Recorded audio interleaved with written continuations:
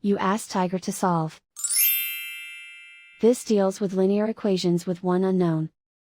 The final result is n equals -8. Let's solve it step by step. Simplify the expression. Expand the parentheses.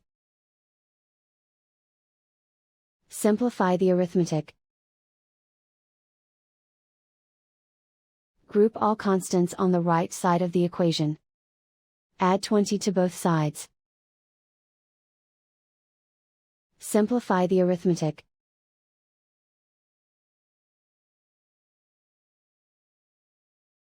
Isolate the n.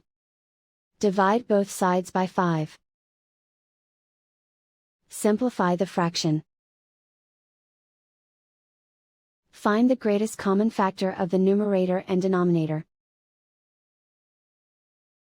Factor out and cancel the greatest common factor.